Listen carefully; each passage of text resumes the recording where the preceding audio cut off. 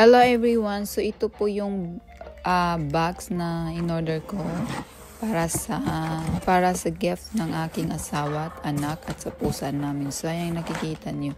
Yan po ay para kay Bibi, yan po ang gift ko at gawin po ko pong regalo. So yan po, para itong darating na Pasko.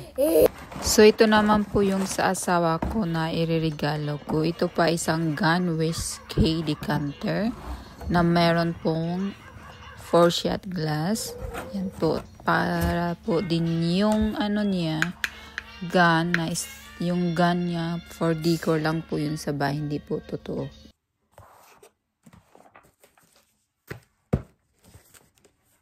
Yung kay Mokmok naman po, nauna kasi yung order ko kay Mokmok, naunang dumating. So, narap ko na yun ng kalahati.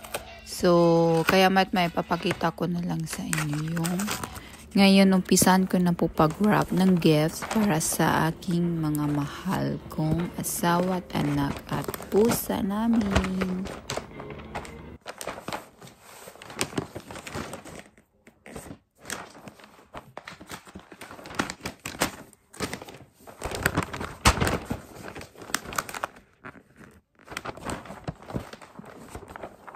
Ang kagandahan sa wrapper na ito, makikita mo yung line.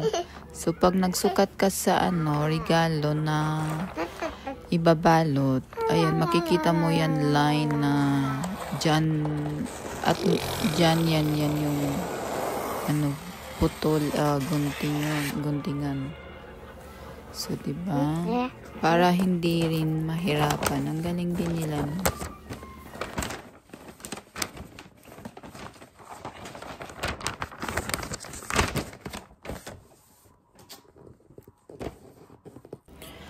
Madali lang naman magbalot. Kung gusto lang ng simple, wala ng design.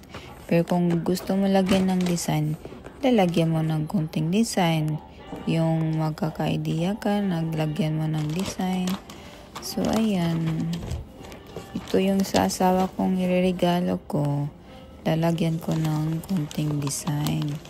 Para, kunyari, maganda din naman tignan. Pero para sa akin, kahit anong design, ang importante, may bigay tayo sa ating mga mahal sa buhay. Pero kung wala naman din tayong pero wag natin pilitin. At least, nandyan pa rin tayo na laging nakaalala sa kanila. So, yan.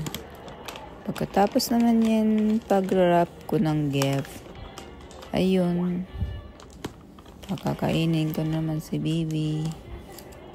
So, habang hindi pa makulit yung anak ko, tatapusin ko na pagbalot ng gift para sa sunod na mga araw or week, wala na akong masyadong gagawing trabaho at natatapos ko na lahat. Isa na tong pagbabalot ng gift. Dahil lalo pat kung may mga trabaho, ayan, talagang minsan ang oras natin parang hindi natin alam dahil sa trabaho natin kung kailan tayo magka-weekend. Kaya hanggat may oras pa tayo na weekend, gawin na ang lahat dapat ng gawin kung ano ang dapat gawin. Tulad nitong pagbabalot ng regalo.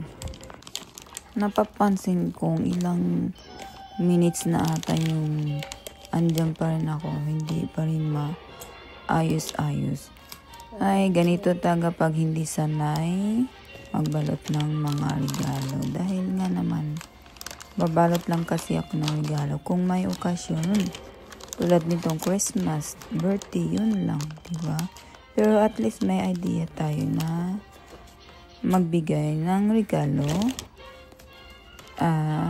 lalo na sa ating mga mahal sa buhay.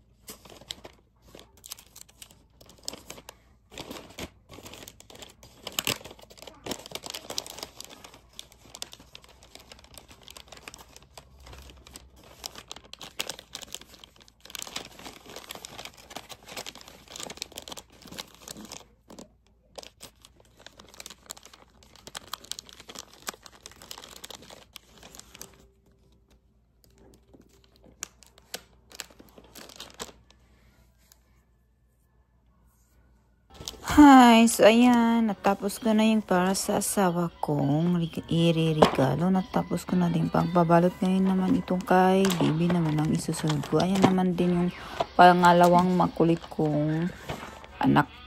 Yan pusa namin. Oy, makulit talaga yan. Sobrang makulit yan.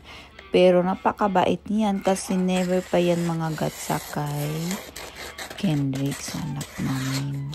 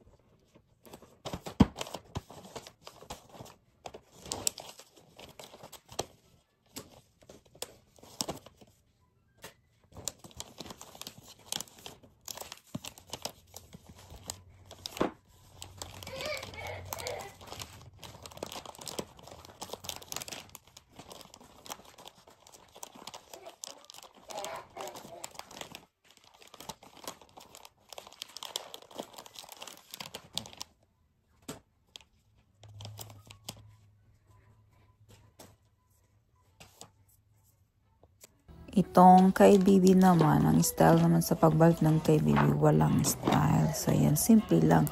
Balot lang talaga siya.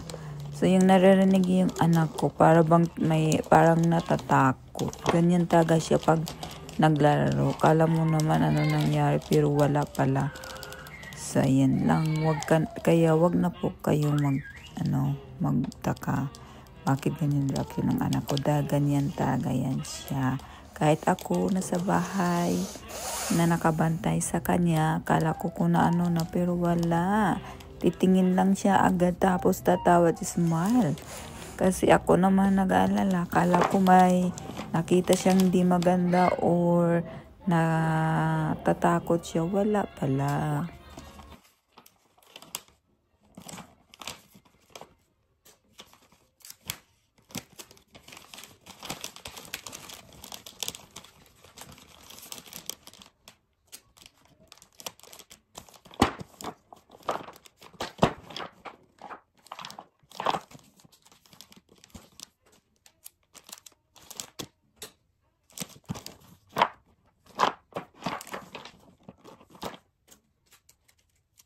Ngayon ay patapos ko ng ibalot yung gift ni Bibi. Ang isusunod ko naman ay kay Mokmok.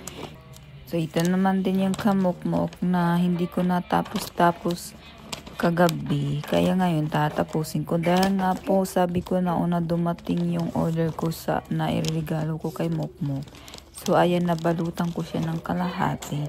So ngayon babalutan ko na siya pagtapos. Para naman matapos yung gawain ko din sa bahay.